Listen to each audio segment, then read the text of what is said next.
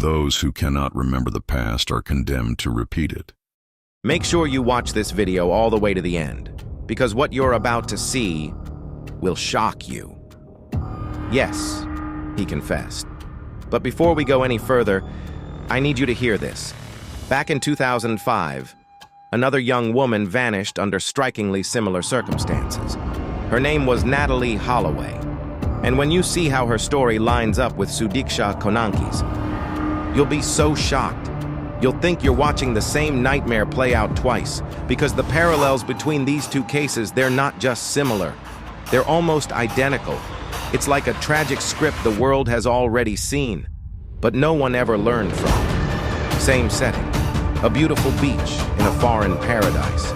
The kind of place people go to escape, to feel safe, to celebrate life. But for both Natalee and Sudiksha, that paradise turned into a graveyard of unanswered questions. Same eerie silence. Where there should have been voices shouting, searching, crying out for help, there was nothing. Just ocean waves, and a girl who never came back. Same vanishing point. Same final walk into the night with a man they barely knew. So please, before we dive deeper, make sure you subscribe to our channel. We're committed to bringing you content that's real, raw, and rooted in truth. We don't chase trends. We follow the truth, no matter how uncomfortable it gets. And we tell the stories that others won't. So buckle up, because the deeper we go, the darker it gets. And what you're about to witness will leave you speechless. Two daughters, two futures stolen, Natalee Holloway, Sudiksha Konanki, different lands, same heartbreak.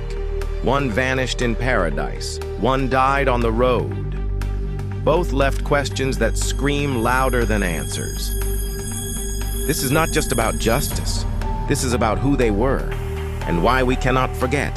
Natalee Ann Holloway was born in 1986 in Clinton, Mississippi. Top of her class, full of dreams, loved by everyone who knew her. She was headed to the University of Alabama on a full scholarship. In May 2005, she took a senior graduation trip to Aruba with her classmates. May 30th, 2005, last night of the trip, Natalee goes out to a club called Carlos and Charlie's. She never returns. Witnesses say she left with a local Dutch student, Joran van der Sloot. She was never seen again. The world watched as Aruba became a crime scene. Joran is arrested, then released, then arrested again.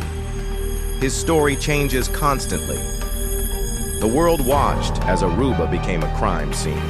Joran is arrested, then released, then arrested again.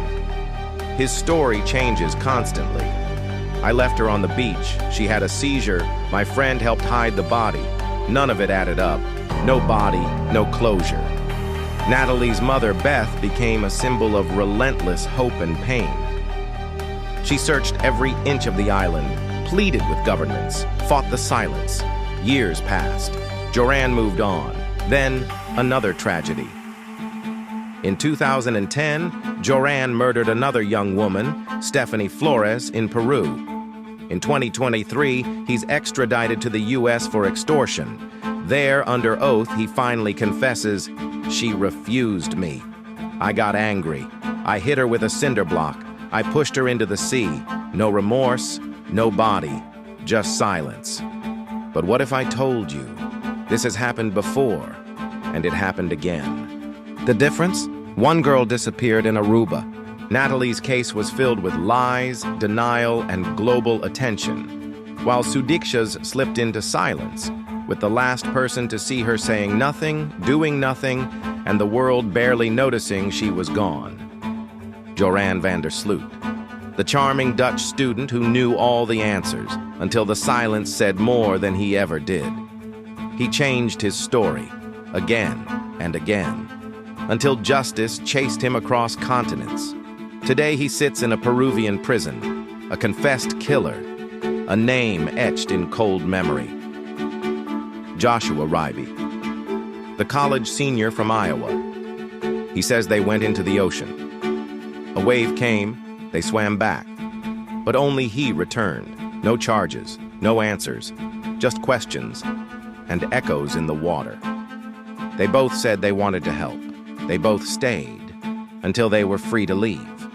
They both knew what happened last. We are not here to accuse, we are here to ask. Why do these stories feel the same? Why do the patterns repeat? Sudiksha Konanki was 20 years old, a pre-med student at the University of Pittsburgh. Ambitious, brilliant, loved by everyone who knew her. Her smile was electric, her heart gold.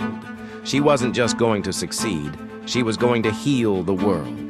Spring break was supposed to be a pause, a moment to breathe. She flew to Punta Cana with 5 friends, a trip to remember. But what happened next? No one could forget. March 6th. Around 4:15 a.m., Sudiksha and a 22-year-old man named Joshua Riibe decided to walk to the beach. They had been talking, maybe even flirting. They seemed comfortable. CCTV footage shows them heading out together. That was the last time Sudiksha Konanki was ever seen alive. Joshua told police a wave hit them, hard. He said he pulled Sudiksha from the water and helped her to shallow ground. He claims he got sick, coughing up water, and momentarily lost sight of her. Then, he just walked away, back to his hotel, alone, leaving her on the beach. But here's where it gets disturbing. Joshua never called for help. He never reported her missing. He didn't tell hotel staff. He didn't knock on the door of her friends. He didn't even ask if anyone had seen her. Hours passed. Sudiksha's friends woke up. She wasn't in the room. They asked around. No one knew.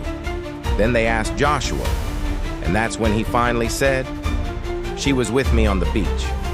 But it was already too late. Her belongings were still on the sand, untouched. Her clothes, her phone, her sandals. But no Sudiksha. Authorities searched land and sea. Drones scanned the coastline. Divers combed the depths. Even the FBI and Interpol joined the case. But days went by, and nothing was found. Why didn't Joshua raise the alarm?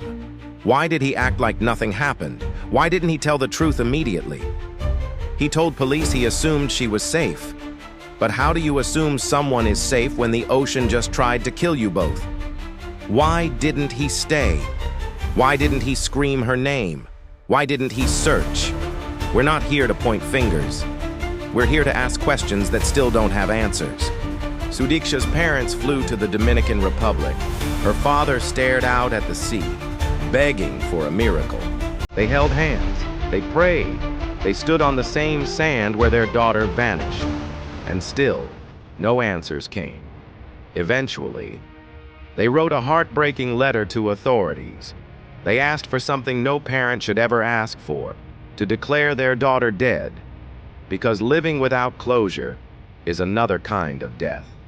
After being detained for weeks, Joshua Riibe was allowed to return home to Iowa. No charges were filed. The investigation remains open. But so does the wound. His silence in those crucial hours will always echo louder than any explanation. Sudiksha was more than a tourist, more than a headline. She was a daughter, a student, a future doctor. She had dreams. She had family. She had a life, and it was stolen by silence. Sudiksha Konanki was on spring break in Punta Cana, Dominican Republic, with college friends. Natalee Holloway was on her senior class trip in Aruba with high school classmates. Both were young, vibrant, and celebrating milestone moments of their lives. Sudiksha was last seen walking on the beach with Joshua Riibe at 4:15 a.m. Natalee was last seen leaving a nightclub with Joran Sloot around 1:30 a.m. Both men were among the last to see the victims alive, and their accounts raised serious questions. Joshua did not report Sudiksha missing, failed to notify authorities, and even returned to his hotel room and went to sleep. Joran initially denied involvement and gave conflicting stories about what happened to Natalee. This lack of urgency or responsibility fueled suspicion and heartbreak. Sudiksha's case involved the FBI, Interpol, and Dominican police. Natalee's disappearance prompted FBI involvement and international media coverage, pressuring Aruban authorities. Both cases quickly became global efforts to find a missing American student. Despite drones, divers, dogs, and countless resources, Sudiksha's body was never found. Natalee's remains were also never recovered, despite exhaustive search efforts for months. The absence of a body in both cases left families trapped in limbo, grieving without closure. Sudiksha's parents flew to the Dominican Republic, begged for answers, and eventually asked she be declared legally dead. Natalee's mother, Beth Holloway, stayed in Aruba for months, appearing on global media outlets to find her daughter. The pain of these families became visible to the world, but justice remained distant. While Sudiksha's case is still growing in awareness, it's drawing increasing comparisons to Natalee Holloway's for its eerie details. Natalee's case became one of the most covered disappearances of the 21st century, leading to TV specials and even movies. Both stories touch a nerve in the public consciousness, because they could happen to anyone's daughter, sister, or friend. Two lives, two destinations, one tragic pattern. Both were young, both were full of ambition, both were in places considered safe, and both vanished with barely a trace. If you were her father, would you sleep? If you were her mother, would you ever stop searching? If they were your sisters, would you still be silent? Natalee Holloway, Sudiksha Konanki. They are not just stories, they are warnings, they are mirrors, reflections of how we treat women, how we respond to crisis, and how we fail to protect the ones who trust the world around them. When you travel, especially as a student, especially abroad, be vigilant. Travel in groups. Never leave anyone behind. Make a head count your habit. Don't drink if you don't feel safe. And if you do, never leave your drink unattended. If you step away, get a new one. Avoid accepting drinks from strangers. Don't take risks with your surroundings. Know the location of the nearest embassy, police station, or hospital. Keep emergency contacts memorized, not just saved in your phone. Limit alcohol, avoid drugs. Trust your gut. If something feels wrong, it usually is. Stay alert in taxis, ride shares, or public transport. Avoid walking alone at night. Watch for anyone following you. And if you're out with friends, watch each other. Be your friend's keeper, because sometimes the smallest hesitation or one missed goodbye becomes a tragedy. Teach your children that travel is beautiful, but safety is power. Let this video not just remember the past, but protect the future. Justice for Natalee. Justice for Sudiksha. Protect our daughters. Where is Sudiksha Konanki? What do you think had happened that night? Drop your theories, thoughts, and questions on the comments below. Your opinion matters, and if you want to stay updated on this case and other breaking stories, make sure to subscribe and turn on notifications. Together, let's uncover the truth.